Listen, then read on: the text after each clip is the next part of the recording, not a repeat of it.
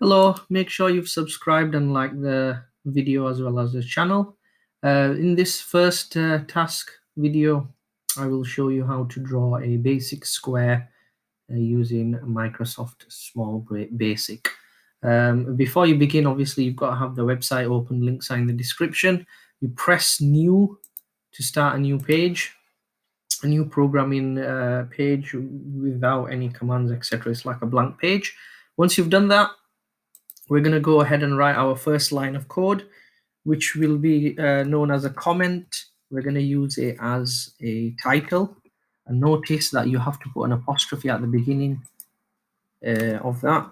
So you're just going to write the name of the title as per information provided in your booklets as well.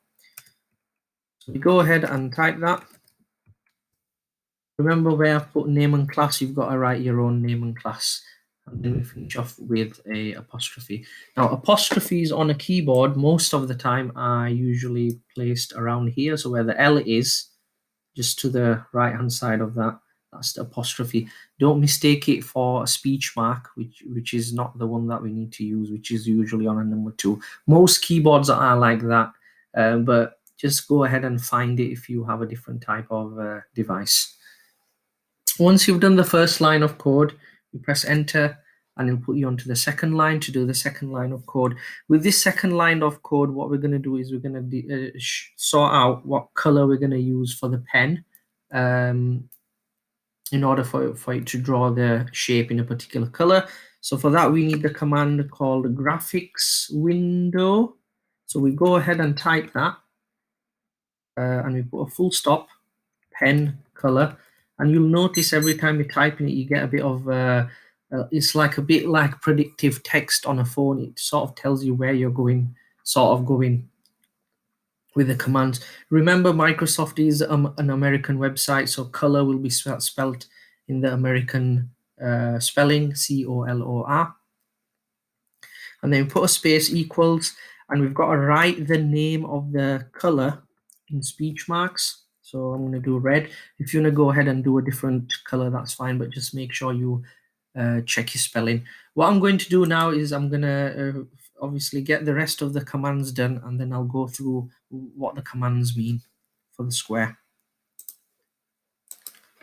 Before I go ahead and explain what the commands are, just remember to do it all in capital letters.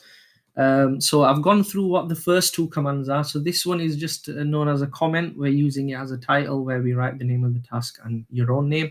Second line, graphics window, as it tells you when you hover over it. It's regarding drawing and filling shapes. So we're going to use pen color to decide what color we're going to do for the pen. And then we're using the turtle commands. The turtle commands provide functionality to draw shapes.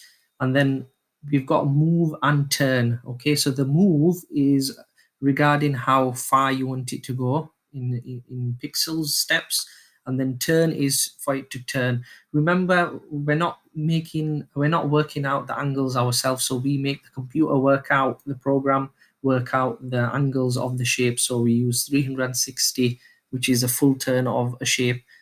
Forward slash is divide, and 4. Notice that it's done in round brackets, not square brackets or any other type of brackets.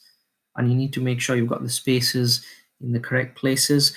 More information is available in the booklet that where I've got the code in. So once you've done all the commands, so we've got move 100, turn 360/4. Remember, a square has 4 sides, so we would have to do that 4 times. So that's why we've got from line 3 all the way to 10. Okay, 3, 4, 5, 6, 7, 8, 9, 10. They are commanded and programmed so that I can do the square. Once we've checked everything, and if you've not got any errors, usually an error would be like a red exclamation mark that's telling you you've typed something wrong. We press run, and what that will do is it will draw the square. So as you can see, it's going forward 100 and then turn 360/4. Once we're happy that it's drawn it like instructed, like I've given the instructions in the booklet, just go ahead and take a screenshot of your code or take a photo and then put it into your assignment. Thank you.